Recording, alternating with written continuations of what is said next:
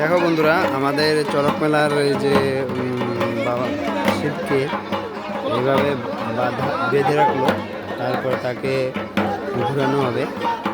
আজকে আমাদের চড়ক মেলা চৈত পরব মকর সংক্রান্তি উপলক্ষে শিবকে বেঁধে রাখা হয়।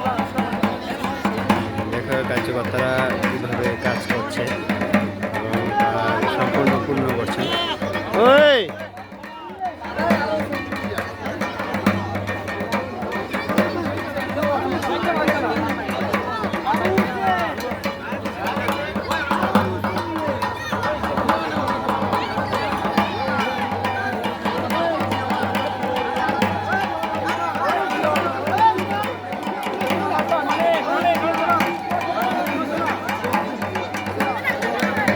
দর্শনার্থীরা অনেক প্রচণ্ড দর্শনার্থী আসছে এখানে